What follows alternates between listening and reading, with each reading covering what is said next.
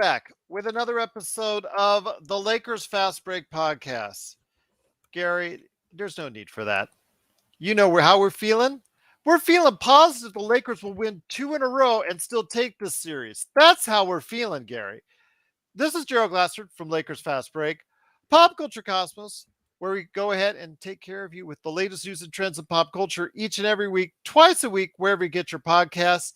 Plus, if you could like, share, subscribe, follow, or do whatever it is that you can to support us right here at the Lakers Fast Break, Pop Culture Cosmos, Game Source, right there for you, Inside Sports Fantasy Football, of course, the great folks at Simblades, Simblades with a Y.com. Joe Soro will be coming in a few, and we'll go ahead and talk about what he's doing today at Simblades.com plus LakersBall.com. Plus, also as well, go ahead and check out Stone Hansen and the crew at the Upside Swings NBA Draft Podcast.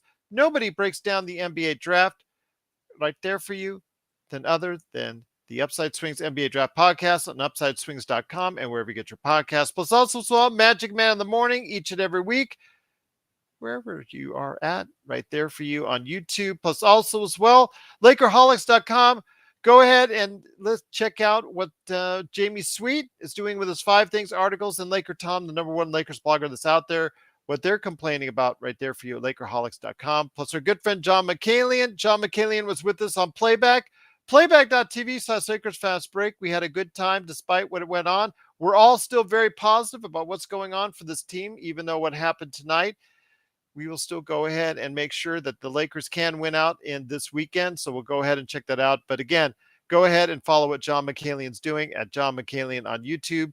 And if you can support all that, plus again, playback.tv/Lakers Fast Break and everything we do here, please like and subscribe. Go ahead and click on Joe today if you haven't already to subscribe to get the latest notifications on when we go ahead and present you with another great show right here at the Lakers Fast Break. And if you do so, it is greatly appreciated.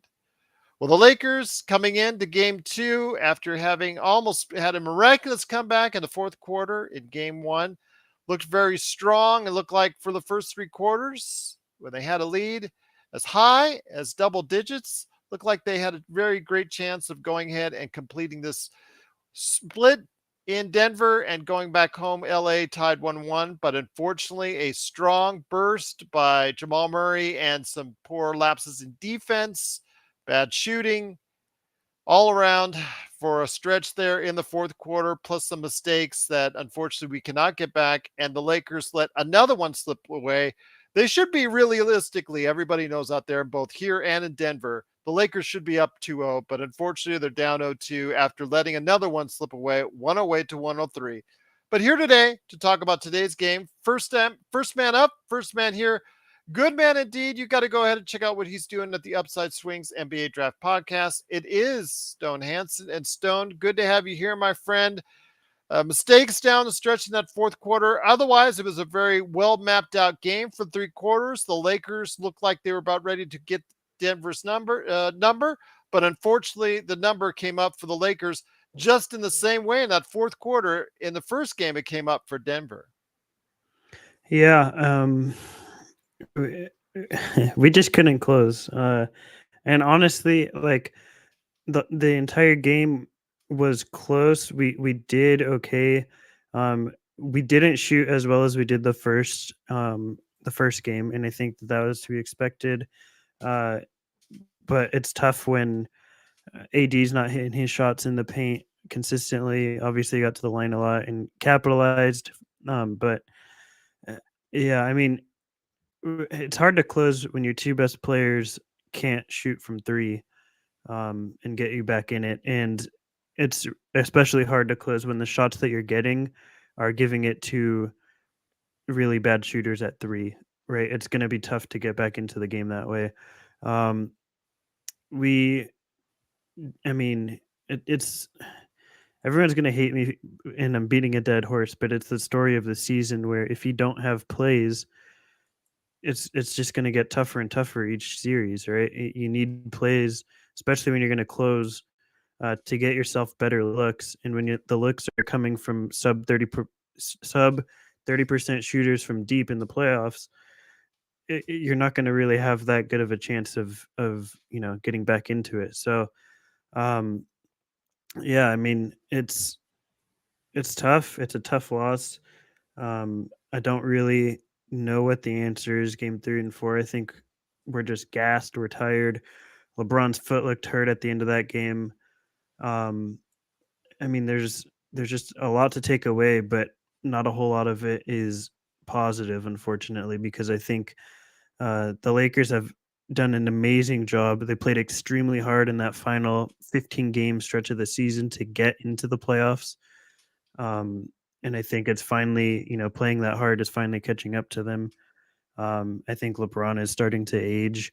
I've been saying it all season. He doesn't look as explosive around the rim as he used to, and that came to fruition. Came really to a head tonight. Um, yeah, it was a combination of a lot of things. I think there's a lot of things and factors to look into, but at the end of the day, we're down 0-2 in the Western Conference Finals, and the track record of coming back is not really in our favor.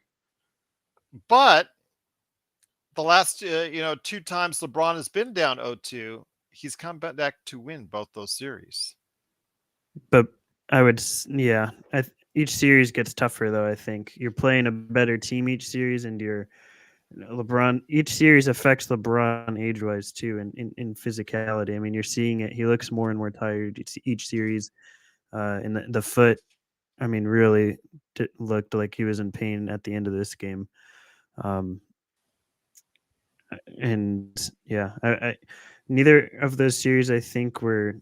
I mean, the odds of Western Conference Finals. I think Joe said the last time it happened was like 1994 or something. Um, it's tough. It's a tough pill to swallow, but the Lakers are in a really hard position right now. One of the things I want to ask you though, Stone, is AD again with just feeding to the perpetual thesis and theories behind what goes on game in, game out, game in, game out. Offensively speaking, I mean, defensively, 4 block shots, 14 rebounds. Lakers still got out rebounded by 9, which is still not exactly anything that's actually terrible, still terrible on the rebounding end, even though it was better than it was in the first game. I still think though 4 of 15 for AD, just not hitting his mid range at all, just not being able to trust it, just unfortunately, and it wasn't even the fact that there was a lot of hands in his face to contest. He's just out, just blowing. We talk about LeBron James is hurt, not shooting well from the outside. I get all of that, but Anthony Davis 4 of 15, that's not going to get it done as well.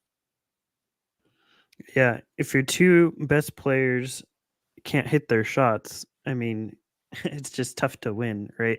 You rely on those guys to carry you, especially offensively. I mean, AD defensively too, but in general, you're looking at your two best players to really spearhead the offense, and when they're not hitting their shots, it's pretty tough to win. So yeah, it's. I think they're tired. I think the looks they were getting weren't great because there's not really an offense instilled, and um, yep, I think that the Lakers. I mean, to have any sort of chance, you're gonna have to win the next two games and the one after Denver in Denver. I think because if you let it go to a game 7, we're just going to be really, really gassed and tired, and LeBron's foot is going to be really hurting. So you're going to want to have to try and win it in 6, but the odds of that Oh, it's going to be happening. 6. Not still for me, very strong. I'm going to believe, I my wish I friend. had your optimism. I'm going to do it. Search and destroy. The one of the things that they're mentioning as far as Vando's concerned, I know Adam has mentioned as well. With Vando, he was supposed to have been that guy that really put a lot of clamp down on Jamal Murray. The thing is, though, Jamal Murray was struggling for the first 3 quarters, despite Vando doing much on him, because Vando kept getting blown off on screens and just not finding his way in the defense. So that's probably why he only played 17 minutes. But what were they doing so right on Jamal Murray for 3 quarters that they were doing so wrong in the fourth? I don't think it was a matter of what we were doing right versus wrong. I think Jamal Murray's is just one of those guys, right? As soon as he starts seeing it go through the net, it's like he just needs one, and it starts really going for him, starts rolling. Um, and he just got hot, and it started going through for him. And once he gets hot, it's and we saw it in the bubble too, right? I mean, um, he he's just one of those guys. When you get to scoring, he's scoring. Doesn't matter what kind of defense you play on him. Um, he's just gonna be able to get his offense, you know. So I think ultimately the Lakers, the personnel the Lakers have is just it's really tough when you don't have the spacing, right? Like you need LeBron to be somewhat of a spacer. AD is not really a spacer from beyond the arc, and in today's league, um, you need to be able to match those kind of shots, right? If a guy starts hitting a couple threes or they hit three threes in a row, um, you need to bring some momentum back to you. And it would be nice to have, someone that you can just get an open shot to and they're going to make it. And the Lakers just don't really have that at the moment. So, um, yeah, I'm kind of at a loss for words just because there's so many things to take away from this game. Again, what I'm going to take away is that Denver got very lucky 2 games in a row. The Lakers should have come back and win that first game.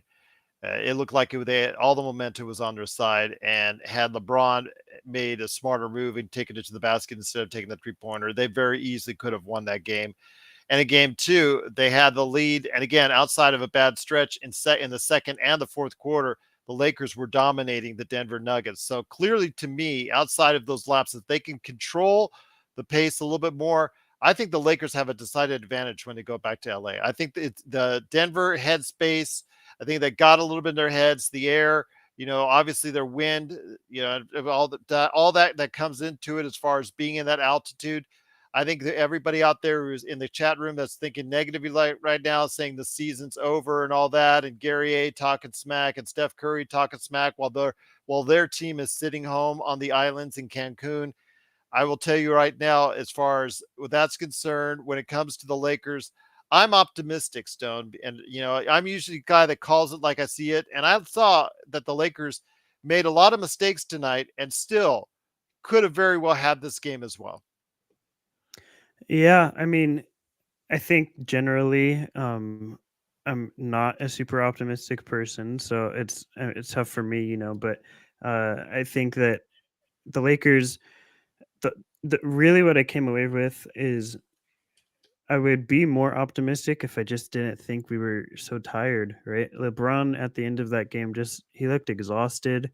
AD looked exhausted. It's part of that Yes. might be the altitude, but part of it is these guys played. I mean, like we always talk about they were at a super disadvantage, right, with their record on how they began the season to get into the playoffs. I don't know what our final record was in those final 20 games, but it was pretty absurd just to get into the playoffs. And we played extremely hard in every one of those games. Like we were playing like insane basketball just to get into the playoffs. And I think that eventually takes a toll on guys, right? You're putting so much effort just to give yourself a shot, and then once you get that shot, um, it's sort of foolish to think otherwise that you're just not going to be in some sort of um, fatigue, and that fatigue is not going to catch up to you, especially each series you go in, right? The Lakers have made it deep now. They've played 2 rounds of basketball.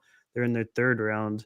Um, and every round takes its toll the farther you get. Each game in the playoffs is takes a ton of fatigue out of you. LeBron is aging. I know people don't want to hear it, but LeBron's in his late 30s. Um, it starts to take a toll on you fatigue wise, and we saw his foot. He was grimacing at the end there. Got stepped on earlier in the game too.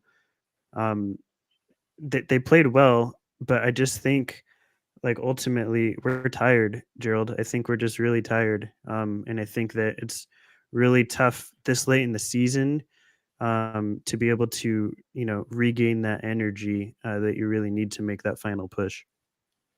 I think Denver played really well, Nick. I disagree with you. I think they really played well for 2 games. And I think clearly the Lakers that had just stopped, just a few mistakes like you said, Stone, some of it could be attributed to fatigue. Some of it could just be contributed to just basically, again, second and fourth quarter, they had stretches where they just were not able to go ahead and hit shots and hit smart shots. And you're right, Stone. And everybody out there that's saying, complaining about LeBron chucking up too many threes, he has proven throughout this playoffs he cannot hit the three at all consistently. I have no idea why he keeps on insisting on shooting it. Again, the lane is wide open for him. No matter how much they try to pack the paint, they are still able to get inside anytime they want. The thing is, though, outside of Austin Reeves hitting 5 for 9 from three, the Lakers just got to realize they're not that great of a shooting team. In fact, they're a below average. Even after the trade, they're a below average 3-point shooting team and need to go ahead and drive it in. That was their key to success, leading by double digits in the second and third quarter, was getting them in foul trouble, getting to the line, penetrating, getting to the hole, and getting to the free throw line to get those opportunities. Unfortunately, they just didn't stick with it. And again, just relying on those outside shot is not a recipe that's good for the Lakers. Yeah, and I think there's sort of two factors at play there. One is, like I said, fatigue.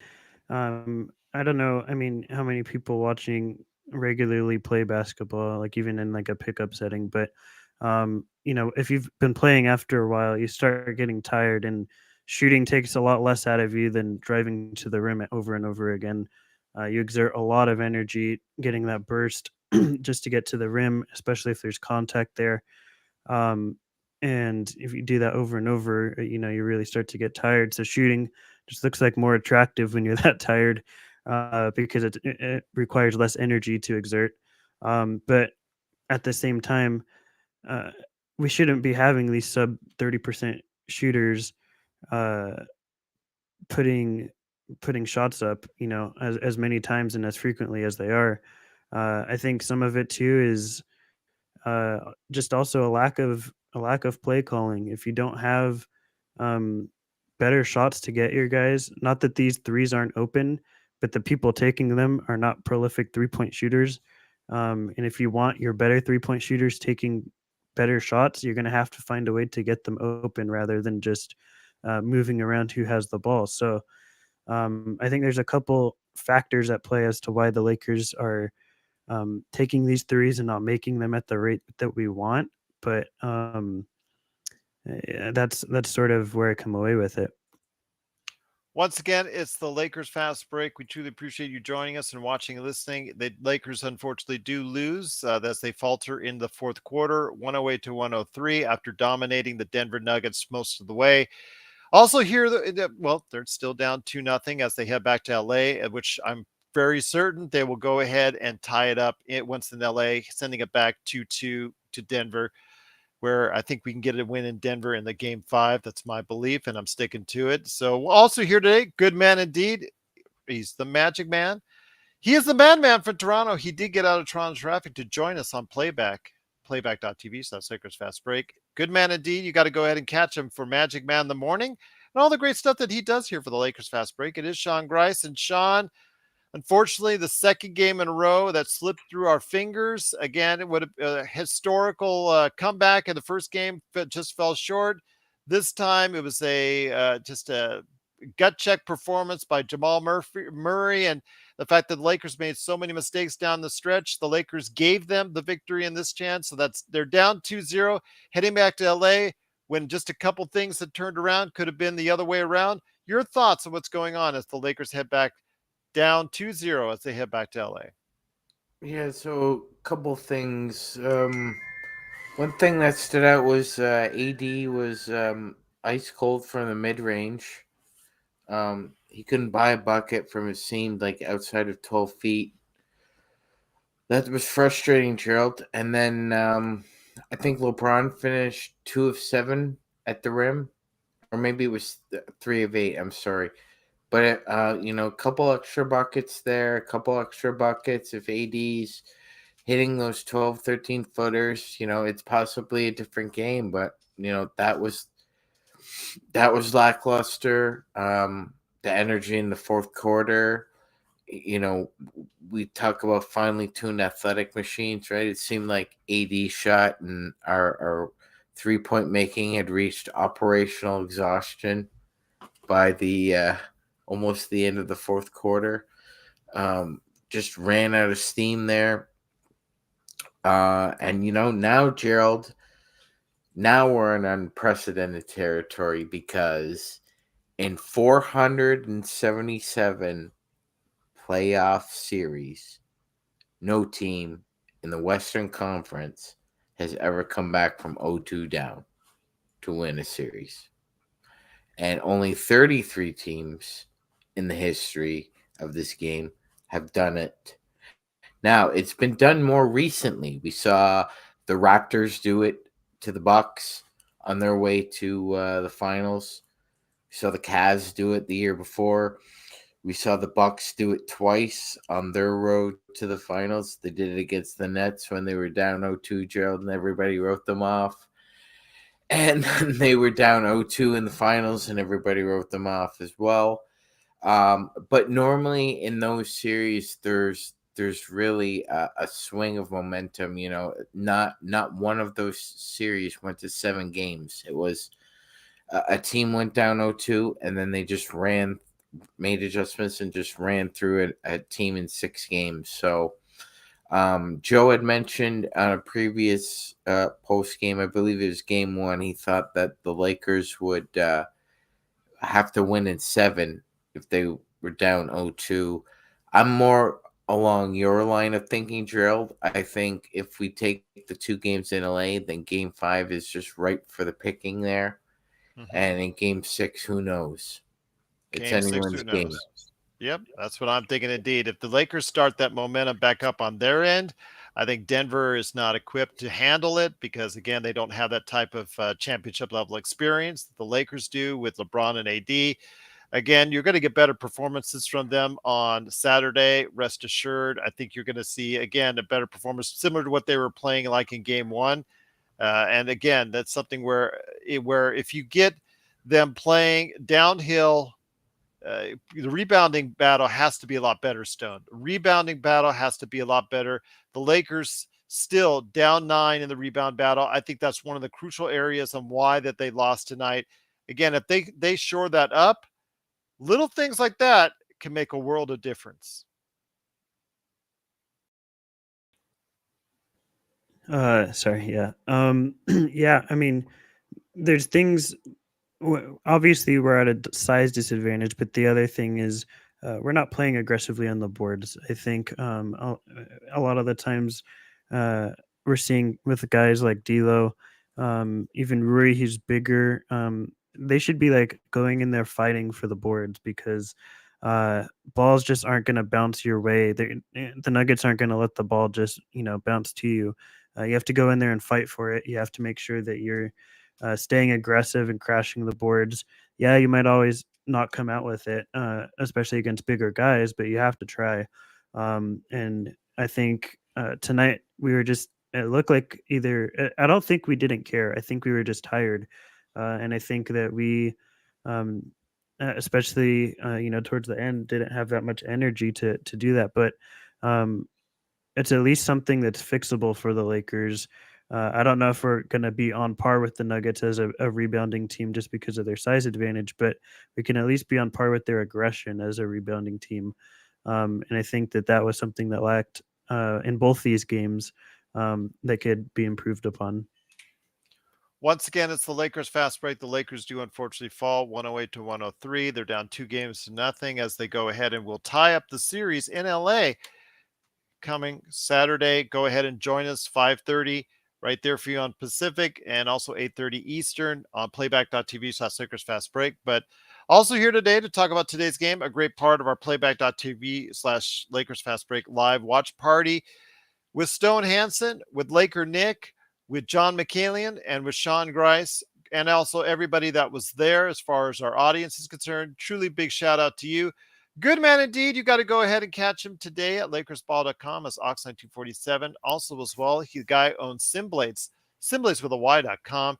It is Joe Soro and Joe that fourth quarter, another chance where, again, the Lakers have the opportunity to take the game, and unfortunately, they let it slip away once again. Sean looks like he's about to do story time on on PBS. It's a good angle there, Sean. Let me tell you a story. You should do the show like that all the time. I'm not gonna. I was listening. Obviously, Stone had already said it a few times that there was a physical exhaustion that was visible at its optimum level. I'm going to add the fact that they're also mentally tired. There were a lot of decision making that looked like tired, just like you said, Stone. You're at the gym and you're playing 3 or 4 games, and then you're just chucking shots because you just have no energy to go to the hole. Worse than that is LeBron missed 2 layups.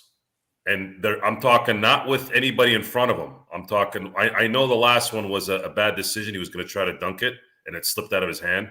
But the one before it was point blank right in front of the rim, and the rim blocked it. It's happening, folks. It's happening. And I think we need to start getting to grips with the fact that LeBron might be going the other way really, really, really fast now. Just like it did with Kobe. The only thing is with Kobe is his injuries increased that. LeBron seems to be having a little bit of lingering problems, but nothing catastrophic like a torn shoulder or a torn Achilles. But LeBron looks spent, and the team looks mentally spent. They have come from the depths of nothingness to get to the Western Conference Finals, and they're meeting the number 1 team all year, a team we predicted would make it to the finals or at least be the 1 seed. And the Lakers are going to have to dig deep.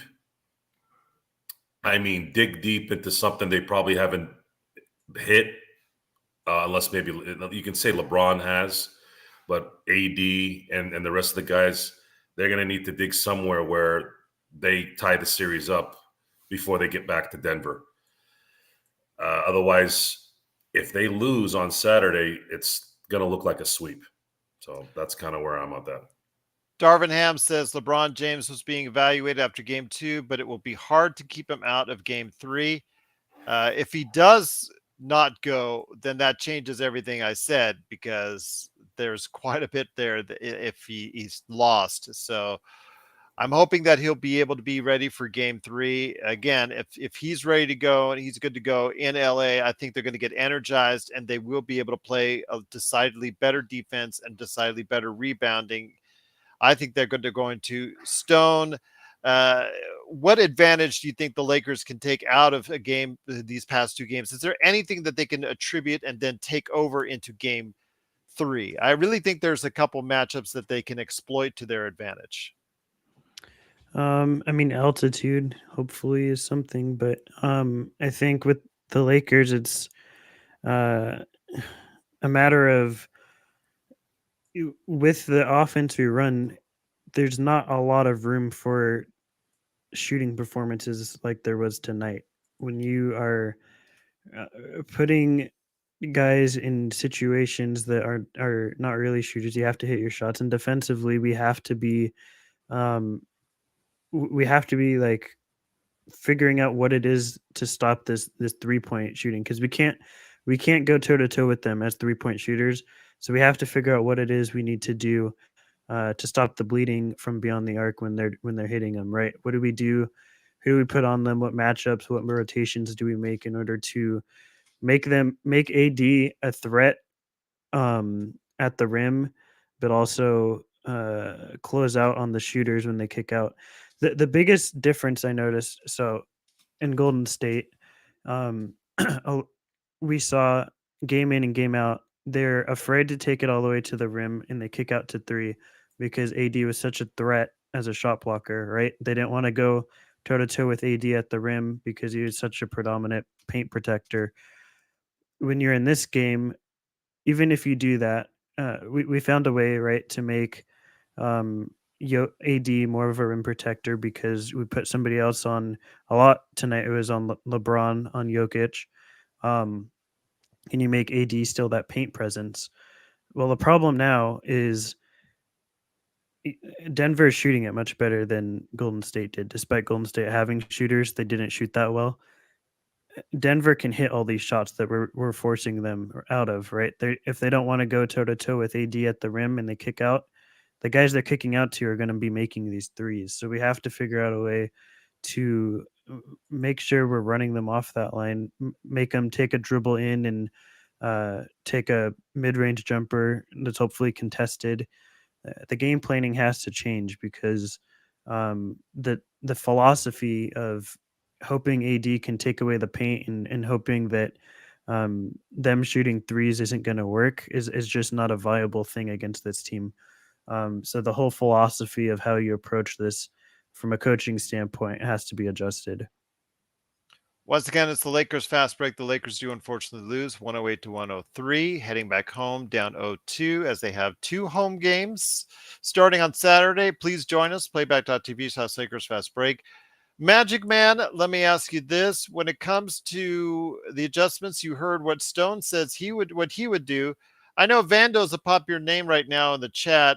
The thing is, though, Vando has got to be going around those screens a lot better because at times he looked lost, absolutely lost, trying to stay with Jamal Murray, which we saw Dennis Schroeder do a little bit better, and that's why he was in there substantially more than Vando.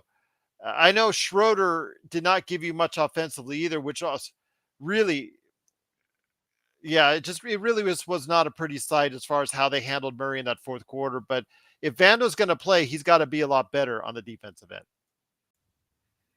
Sean? Go ahead. You're good. Yeah. Has to be much better, has to use his length. One aspect of his defense that was pronounced against Steph was he was able to use his length and cut off his spacing. Not necessarily his timing, but his space was cut off significantly. You have to do the same thing with Jamal Murray. He's a very rhythm shooter. So if you could take away his spacing, you take away a part of his catch and shoot game, an element of it that's significant, especially since he's not significantly recovered from his knee injury. It usually takes around 2.5 years to 100% recover from something like that. So he still needs a bit more space, Gerald, as far as rhythm is concerned. But he had 37 points, and he didn't really play well in the first half. I was commenting to Stone that the Lakers had done a pretty good job on him in the first half. He was 5 of 17 and 2 of 9 for 3, and then he just exploded in that fourth. And it's not, Gerald, Denver didn't do anything fancy in the fourth quarter. That's a lot of what they run usually. But we gave them more opportunities than they should have required. And they took advantage of it again. And like you said, I had the image of we let it slip away. That's what happened. It slipped through our hands. And we can't let that happen in game 3, especially defensively. Yeah.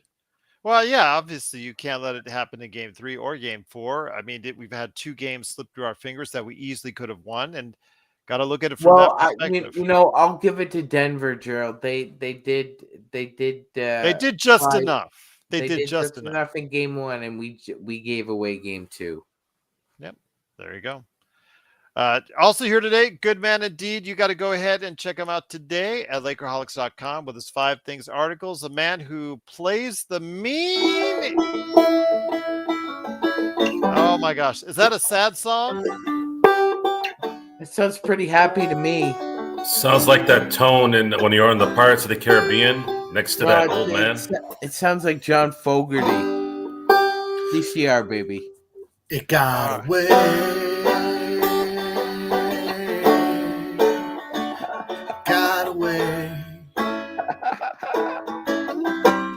It is Jamie Sweet from Lakerholics.com. Good to have you here, my friend. Unfortunately, I don't think you're reading my name quite correctly there, Joe. It's Jimmy Sweet. well, no, okay, I know already. Talk Studio, when you came on the air, said it specifically. That's why I stopped in my tracks while I was on the air.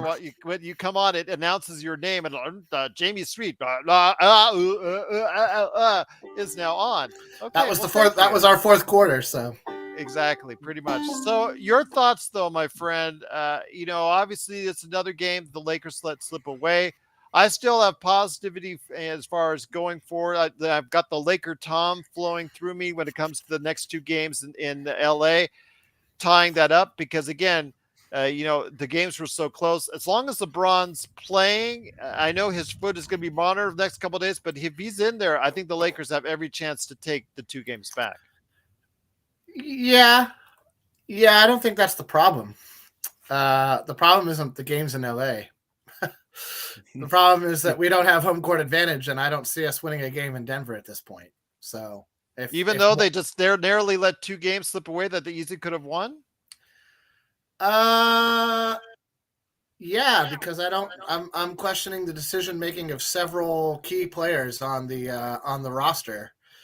They happen to be the most expensive players as well, which doesn't ever bode well. If it was Dennis Schroeder taking ill-advised 3 after ill-advised 3 after ill-advised 3 after ill-advised 3, that would be one thing. But it's not. It's supposed to be the smartest player, one of the smartest players in the game. If you believe the hype. It's Darvin Ham not able to adjust to, like Sean said, that it wasn't some sort of magical series of plays Denver ran to shake Murray loose. It was give Murray the ball, and the Laker defense didn't know what to do. They were so overly focused on stopping Jokic, and that's what happened in game 1. So it's obvious that the whatever film session happened between 1 and 2 didn't reveal, Denver's going to go away from Jokic in the fourth quarter, and if Murray's not working out, they can go back. They'll go right back to Jokic if it's not working out, and that's what I expect to happen. If Murray misses some shots in LA, they'll just go back to Joker. And I thought that it's funny because in the playoffs, little things are magnified. And that mustard off the hot dog dunk LeBron missed in the first half stuck with me the entire game. There was not one moment where I didn't think that mattered. I thought it mattered the moment that it happened, and it resonated all the way to the end of the game.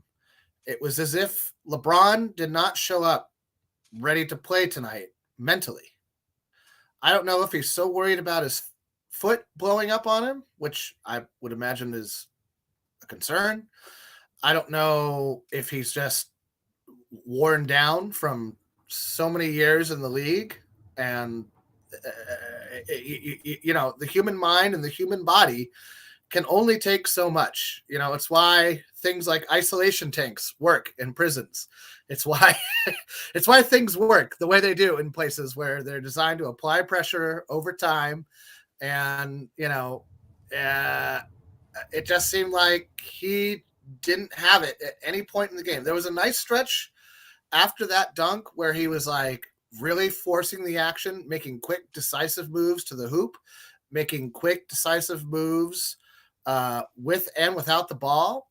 And then after the half, that stopped. That pretty much stopped. There may be a little bit of it in the third, but for the most part, it became, I'm tired and I'm going to shoot a 3. And that's he's got to be shooting close to 20% now for the series. I can't go ahead, Sean. We'll bring you on here. Go ahead, Sean. He hasn't made one, and he's shooting 0% from 3 in the series, right? In the series, but overall in the playoffs, he's talking about in the playoffs. Regardless, something. Neither stat will be positive. Let's put it that way. Yes, it's either going to be 0% for the series or 20% for the playoffs. Pick which one annoys you more. And we're in the moment. We're in the moment, and 0 counts more than 22. The point being is that there's this. I mean, and look, there's a certain amount of cachet you build up when you're the leading scorer in the NBA, when you've done it, when you've proved you can do it, and I it's not like Darvin Ham's gonna bench LeBron James for a bad shot. That's that won't be happening, right? But it's what I find shocking is that if he is tired, if he is worried about his foot, you've got a whole team. You've got a whole team, bro, and you're supposed to be the unselfish star. And you can't adjust. You can't figure out that your 3-ball isn't working and change it up. AD's getting paid $45 million a year and can't hit an open 3-pointer to make the game close in the corner, the easiest 3-point shot in the game. These are your big money guys not showing up in the clutch when you pay them the money to do just that. And so, it's been a magical run. And I thought that, to be honest, I didn't think Memphis was a good test. Sean and I talked about this afternoon. Memphis was a bad test. No Steven Adams, team imploding. Bad test. Golden State, nobody who can really hang with AD, team imploding. Bad test. Denver Nuggets, fully healthy. Gelling at the right time. MVP, perennial MVP candidate in Jokic. Murray feeling his legs like he hasn't felt them since the bubble. Mm-hmm. This was the test you wanted to see this team pass in one of these two games, and I was hoping it would be tonight. I thought that the altitude, neither team knowing each other's strengths or weaknesses, because the Lakers and Nuggets had never played, and this current, this roster didn't exist when we played Denver in the regular season, and Denver you could argue like Denver's done exactly what they're supposed to do, defend their home court, and we got a shot to win in game 5. And of course, if we win games 3 and 4 on our home court, and then again in game 6, if we hold serve on our home court, we'll have a shot in game 7. But every game that is extra is just one more game that LeBron's body is just not going to have it. And that's not just a concern for these playoffs. That's a concern from here on out. And I think that's going to be the question of the summer is, okay, if this is the best that he's at, if this is the best he can manage by the time the playoffs roll around, how do you change that that reality? And I don't think there's a good answer. There's not a good answer to, well, I got old. The answer is you don't change it. Somebody else has to step up. D'Lo, not stepping up. Hachimura stepping up. Reeves tried to step up. This was a bit of a disheartening loss because I felt like up until the fourth quarter, we kind of had the game under control. And it's just astounding to me that the Lakers sagged off of Murray so much. Just basically let him have free reign. I mean, the dude scored 22 points, but it wasn't like he was driving. He was just shooting his shots in rhythm. Nobody was bothering him. Nobody was in his grill, or they were like a step off in his grill. NBA players make those shots, especially at home, especially him. So, well, something, Jamie, yeah. through two games in the fourth quarter, Jamal Murray has 31 points. AD and LeBron have a combined 28. So that's for 3 guys making the big bucks, one guy is outperforming 2. Yeah, that's a problem for the Lakers. And I don't know that it's going to change that much on the road for Denver. I don't know that they're going to be intimidated by LA. And here's something else. This is a really hungry team we're facing right now. Here's something else for you, Jamie. LeBron James has missed 19 straight 3-pointers in the fourth quarter dating back to game 2 of the first round.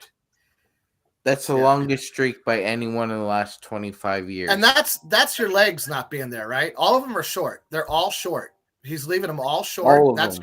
That's your legs not being there. And this is what I'm talking about. If the smartest player in the game doesn't know he's tired, it's a problem for the Lakers that I don't see a great solution for, other than somebody sitting LeBron down and being like, dude, come the fourth quarter, it's elbow and down, and that's it.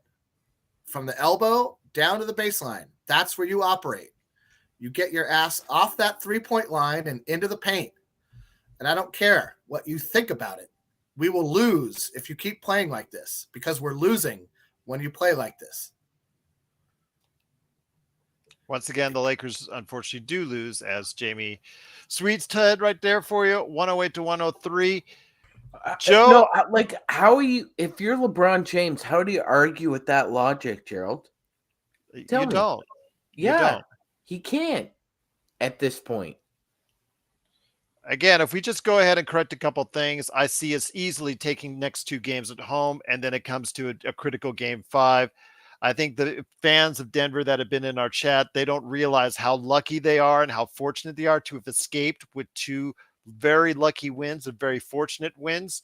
Again, they were not dominating at all. Let's talk about that first half in Denver in the first game. They should have blown away the Lakers. They should have absolutely blown away the Lakers, Joe, in that first game, and almost choked away a game on their own. Again, the Lakers have had every opportunity to win these 2 games. They didn't get it done. It goes back, but I am confident that the Lakers, if they play just a tad bit better on the boards, do a couple things right, they could go ahead and easily take 2 games in LA. Well, role players play better at home. Yeah. We're going to see if those shots that our role guys take, those will probably go in. I don't know. I think there's a mental part here. There's a physical with LeBron, but I think the team's mentally tired. It could get reinvigorated because you still have a lot of guys that have some youth, right? So let's say if the Lakers blow out Denver in game 3 and LeBron doesn't play the fourth quarter, that's a good start.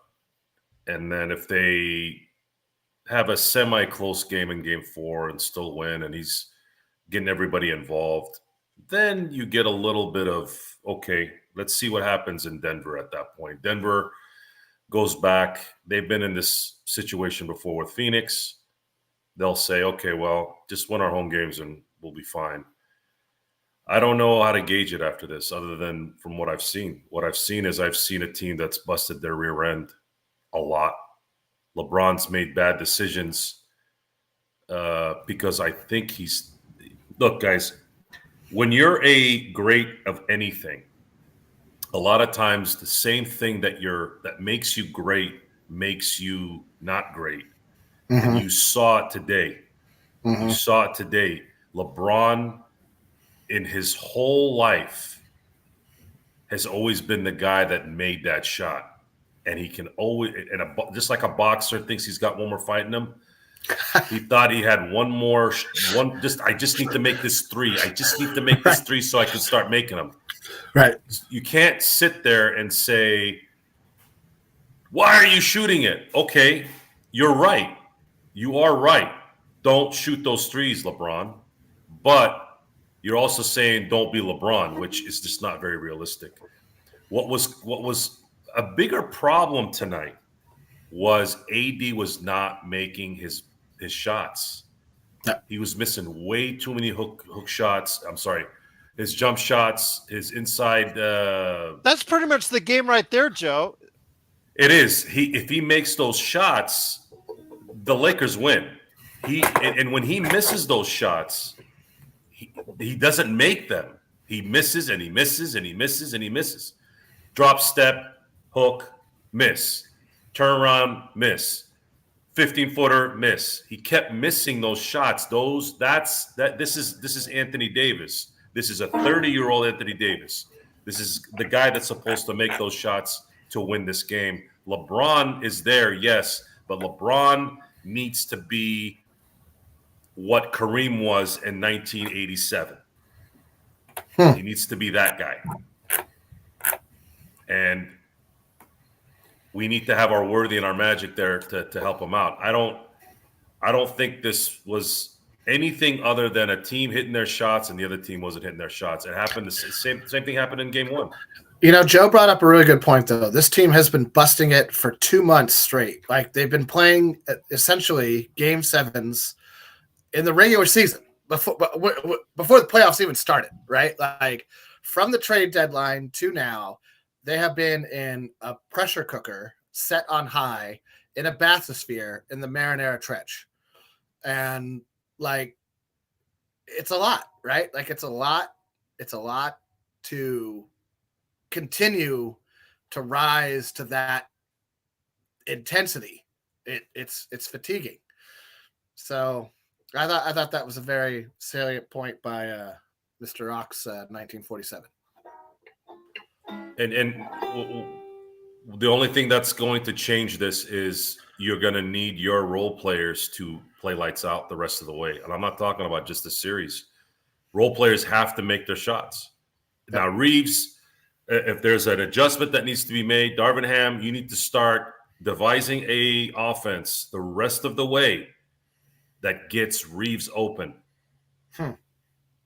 That guy will hit the three, and Rui will hit the three. Or take advantage of that. Take advantage of the two guys that are actually making shots, guys that are young, guys that are virile, that guys that are just they're making They're it playing happen. for contracts, Joe. Playing for contracts, and Reeves, if by some miracle the Lakers end up winning a championship and he's the third star, we're probably going to lose him. Yeah. Just saying.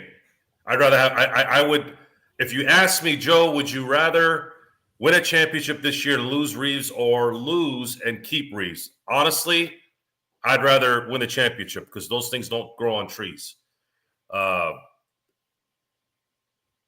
Darvin has to adjust, and it's going to be a little easier in LA because the crowd does help the secondary guys. He's got to start getting the guys that can make those shots open. And if they're not, if they're going to sag, if they're going to be up on them, then that's going to open up space in the paint, and you got to pounce on that, LeBron. And that's there is no other way to go. There is just no other way to go. You have to get the ball to the right guys who can make shots so that things can open up for the other guys who can actually get to the hole and make shots there. That's it. This is a shot making business, and Porter, Jamal, Brown, those guys made those shots in the fourth. We didn't. If you were tit for tat with those guys, we wouldn't have to worry about this. Would have won tonight. But I just think it's a lot of mental fatigue, guys. I just think everyone's mentally tired. It's every other game. It's not, we're not. There's no 2 days off anymore. Even though they had 3 days off in before game one, they were just coming off an emotional series. It's difficult. It's just difficult to run this. This is a young man's game and a shot making league. If you're not doing one of those two things or both this late in the game, and you have somebody who's hungry at home, yeah, you're battling uphill.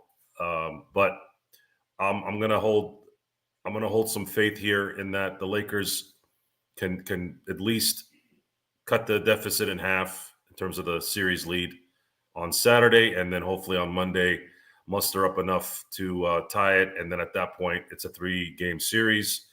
If anybody can win a road game in an important game, it's AD and then LeBron. Just wanted to go ahead and give an update before I head over to Stone. Chris Haynes reporting that LeBron James had a conversation. He'll be ready on Sunday. He'll be ready on Saturday. He just stepped on the foot of AG. Nothing is going to keep me like that from playing. Also added LeBron's ankle tweak. He'll be fine. He added that the Nuggets won the game at the 3-point line in the fourth quarter, but said that 4 of the 5 makes were contested. So some to beat the shot clock, not defensive breakdowns. He said that killed us. Stone, the one area I think that the Lakers need to look at as far as a change or a tweak, Stone, is D'Angelo Russell. And it's been actually kind of ignored him until Zangerstein pointed it out later in the chat, and kind of ignored that, he was, I guess, somewhat fair in the first half when the Lakers were a little bit more prosperous. And then as it got, later into the game, he decided to do a disappearing act once again. His defense at times is still, substandard at best. the thought about maybe going ahead and making a change, right, at D'Angelo Russell. Your thoughts on that, my friend? There's a lot of factors to weigh, I think. Obviously, you want to give yourself the best possible way to win. Personally, I don't think it's with D'Angelo Russell starting and closing games. D'Angelo needs to hit his shots to provide value to the Lakers. If he's not hitting his shots in this role that he's in, historically, he's been in a role where he's the playmaker, he's the initiator. That's not what he is for this team. So he's now in a role where he needs to be a shooter and a scorer. If those things are not there for him on a night to night basis, it gets really tough to see what value he brings because he's such a liability defensively. I mean, he is getting blown by at the point of attack defensively whenever he's out there. He's slow on rotations a lot of the times defensively. So he needs to be able to make his shots on the offensive end to make it worth playing him those minutes. The issue, too, is the Lakers need him to make those shots because there's nobody else really to play. The Lakers need him to be worth value because worth offensive value because there's nobody else to substitute in for him. You can try Malik Beasley. He's sort of the same sort of deal. If his shots aren't going in, there's no value to be had. You can try Troy Brown Jr., but the shots have a much less likelihood of going in than either of the other two guys I just named. So you're stuck with D'Lo, and you're stuck with you needing him to provide that offensive value. I think the other factor is whether it's the right or wrong factor. I think it is a factor in how the Lakers are going about managing D'Lo. Whether you agree with it or not, I think it exists, is that he is a free agent this summer. And I think the Lakers are factoring in how much do they want to risk rocking the boat in losing him and losing that salary this summer. Because the value D'Lo provides will not be worth the salary that we give him, but the salary that he has is needed in order to improve this team going into next year because we need something to trade to get something. And there's not a whole lot of contracts that we're going to have on the books that will be movable with any sort of significant salary. And whether you agree with the Lakers factoring that in or not to how they evaluate what to do with D'Lo in these playoffs, I do believe it to be a factor. But like I said, ultimately, I think what should be the priority is how do we win games because we want a championship. And I think that best option of that is starting somebody other than D'Lo and closing with somebody other than D'Lo, probably Schroeder and Reeves as at the guard positions and Murray at the other forward position. But D'Lo, unfortunately, has to play because there's nobody behind him. In order for him to provide that value, he has to make shots. Before we head on out, my friends, it's time to go ahead and give everybody an update on what you're working on at your respective platforms. Stone, I'm going to start again with you, my friend. Upside Swings NBA Draft Podcast. You got some great things going on. Obviously, the lottery has now been set. Yeah, I'm not going to say it was fixed for San Antonio, but it kind of makes me wonder. Your thoughts, my friend, on what you're doing at Upside Swings NBA Draft Podcast. Yeah, we're just cranking out content. We just recorded again today. We put one out a couple of days ago. We'll put this one out hopefully tomorrow. And then we start recording our 30 for 30 series, going through every team in the NBA and their outlooks. So you're not a big fan of Derek Lively. Drafts. Well, you're not a big fan of Derek Lively. I know I discussed it a little bit on playback, and I wanted to hear your thoughts on it as far as extra rim protection that he could provide for the Lakers, but you're not really high on him for a choice at 17. Definitely not at 17. I think that there's other players in that range that I would definitely prefer. If you want to see who those would be, because there's probably a large list, you can check out upsideswings.com, and it has my board. But yeah, he wouldn't be my top priority at 17. If I were to take a player at 17 that's a center that fills that backup center position, and I actually think that there's probably guys at 47 that can be a fine backup center. I know it sounds crazy to say that there's value that far into the draft, but for that specific position, I think there is. Just to be a guy who can play backup minutes at center. But if we're looking at 17, I would say Dayron Holmes is my preferable choice to Derek Lively. That would be the center option at that sort of range that I would prefer. I'll tell you what, though, is because of you folks out there that support great things like Upside Swings NBA Draft Podcast. That's why we do this here. Also, as well, at the Lakers Fast Break. Magic Man, I know you've got a Magic Man in the morning coming in the near future, don't you, my friend? And a special interview this weekend. Yes, I do, Gerald. I'm having a special guest on tomorrow morning for Magic Man in the morning. And be also. I wonder who that was as the finger of the hand started coming up like that. And I'll also be interviewing the lead writer from Denver Stiffs, Gage Bridgeford, and we'll be discussing Gage's thoughts on the series so far. Shaka bra. Shaka bra, indeed.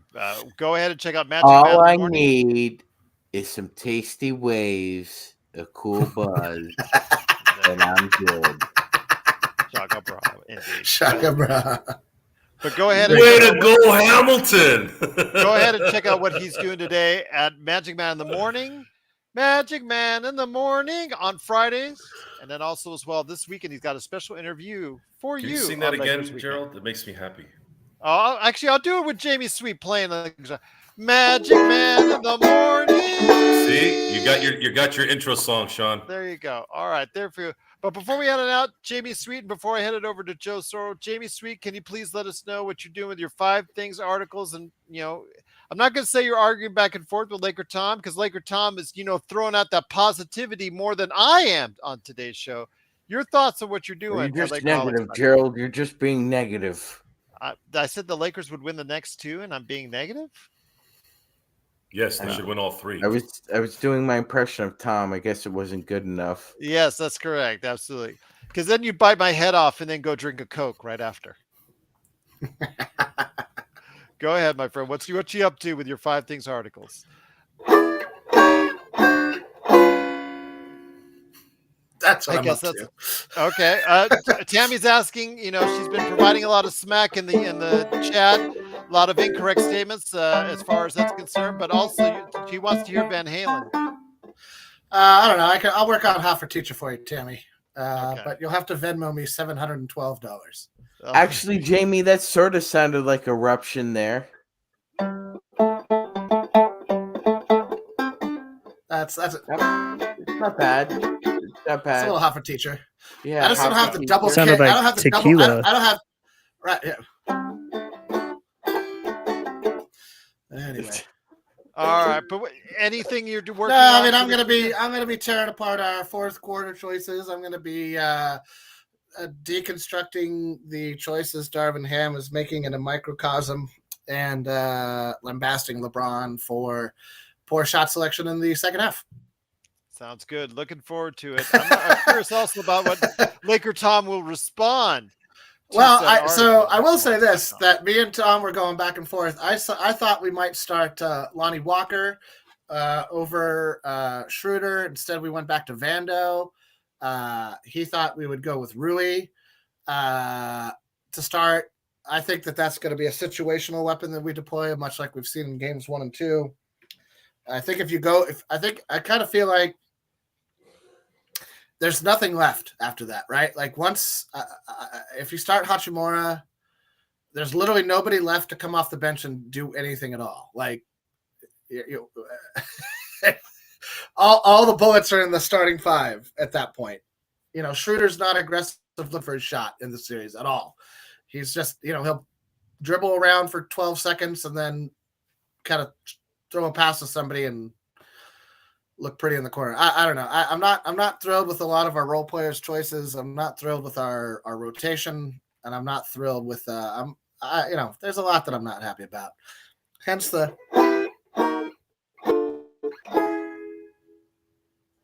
Okay, fair enough indeed. But you can check out what he's doing this weekend at Lakerholics.com. He's got his 5 things articles there, and always Laker Tom Responds, the #1 Lakers blogger that's out there. Check out the guys each and every week right there at Lakerholics.com. And He last but not responds like least, this. exactly. But last but certainly not least, I know LakersBall.com is very upset right now. Joe, are you actually part of the rage, or are you just taking it all in at LakersBall.com? We're back to AD's off on thing tonight. He was off, and as long as AD is not on, we typically lose these games. It's unfortunate. There's so many variables in this particular series that just point to the fact that you're playing a team that's a #1 seed, and they've got home court. They have what I would think is the MVP if I was to vote. And they have really good players. They're really good young players that are coming through. They are whining a little bit, like little snatches. Starting to talk a little bit. Yeah, Brown they're especially. and that's the problem with these guys. Sometimes they're whining about how they're talking about the Lakers still, even though they're up 2-0. Guys, you've made 0 appearances in the finals your whole existence. The Lakers have gotten 32 of them. The Lakers are one of 3 franchises on the planet that you could say are the most popular franchise on the planet without hesitation. They're not even the most popular team in Denver. It's nauseating when you listen to these dunces, if that's a word, with their nobody respect us, nobody believe in us. You're the Denver Nuggets. You haven't won squat your whole life. You picked them to go early in the season to go all the way in the did. Western Conference. I did, picked them to win the Western Conference regular Yes, season. I So they did. got respect from us. I picked them to that's win the point. NBA Finals. And that's There you that's part of the issue is you how do I say this without sounding like an arrogant ass? Well, We you know are. our damn basketball. This isn't a joke. I mean, we joke around, but this isn't a joke. Stone knows what the hell he's talking about. Sean knows what the hell he's talking about. Jamie knows. Gerald knows. Tom is a little out there, but Tom's out there. That's what it is. Okay? But the thing is, we know what the hell we're watching because we watch the goddamn games. We know. We pay attention. We're not sitting there like Charles Barkley just saying, "Oh, I don't want this team on TV tonight." Like this, come on. This team is constructed the way a title team is supposed to be constructed. The only problem now is they're starting to get into themselves, and as soon as you don't pat everybody on the back and make them feel good about themselves, now they feel dissed. Dude, if you're gonna win this series, win the freaking series, okay? You're gonna beat LeBron and AD. That's a pretty damn good accomplishment. And make sure you don't get too big-headed where you lose to either Boston or Miami. That's the problem. They're focused on stupid crap. That's what happened with Memphis. That's what happened with Golden State to some degree, right? Lack of focus. Focus on winning the title, then you can talk all the smack you want. But even if you do win the title, 1 in 50 years doesn't compare to 17 in 70 years. That's again what I could go more, but I don't feel. Yeah, I feel. Save it, my friend. Save Yeah, it. I feel tonight because of the Joe's loss. in his feelings tonight. Yep. He is all in his feelings. But you know what? Again, I think the Lakers have a great chance to go ahead and take the next 2 games. Then it comes up to a pivotal game 5 in Denver. So we'll see what 70, happens. 70, John. 70, 7-0. Yes. I mean, technically 71. No, wait. 73. Well, do you count the beginning of the franchise or do you count when they were in the NBA? You got to start from the very beginning since they're Yeah. Okay, well, if that's the case, then they were what, 1947? Yes. So that's 75 years, right? Yes. Something like that. There you go. Okay, good. All right. Well, there you go. Thanks for helping indeed. me out, guys. I appreciate it. You guys are great. Once again, it is the Lakers fast break. The Lakers unfortunately lose. And now 108 to the Grice 103. Hour. Hello, Yes. everyone. Here's the thing. Here's the thing, though. Here's the thing. LeBron's been on 3 separate teams that have come back from down 0-2. Mhm. He did it with the Cavs in 07. Did it with the Cavs again in 2016. He actually did it twice that year, down 0-2 and then down 3-1. And then he did it in 2018. So, Gerald, it's not like this is uncharted territory for him. It is uncharted territory for the Lakers and for a Western Conference team, because I'll repeat what I said at the beginning. Only 33 teams have come back down 0-2 in 447 playoff series, and no Western Conference team has ever come back down 0-2 so this is uncharted territory for everybody now. I'll tell you what, it is uncharted territory, but there's no reason why we can't go ahead and make our own charting and make our own path to a championship still. So for Jamie Sweet from Lakerholics.com, Stone Hansen from Upside Swings NBA Draft Podcasts, as I get a musical send-off, Magic Man Sean Grice and Joe Soro from LakersBall.com. Want to thank you so much for watching and listening. We'll be back on tomorrow for Magic Man in the morning. We'll be back on for a pregame on Saturday, and of course, playback.tv / Lakers Fast Break right there for you during the game, and of course, the best post game in town and the best chat room that's around, even though it's a little bit back and forth. We always appreciate what you're doing here, and always appreciate what you're doing for us right here at the Lakers What Fast the Break hell's with the Podcast. phone? We don't have lighters anymore. Yeah, no, lighters. They don't do lighters anymore. I'm blind. Yes. A little bit more for you, Joe. How about Thanks, that? Take all Tamir. that in. Take all Tamir. that in. Lakers fast break. We love it too. Lakers We love fast you too. break. All right. Nothing like a That's good funny, song to Jim. cheer you up. Thanks, everyone, and we'll see you tomorrow right here at the Lakers Fast Break.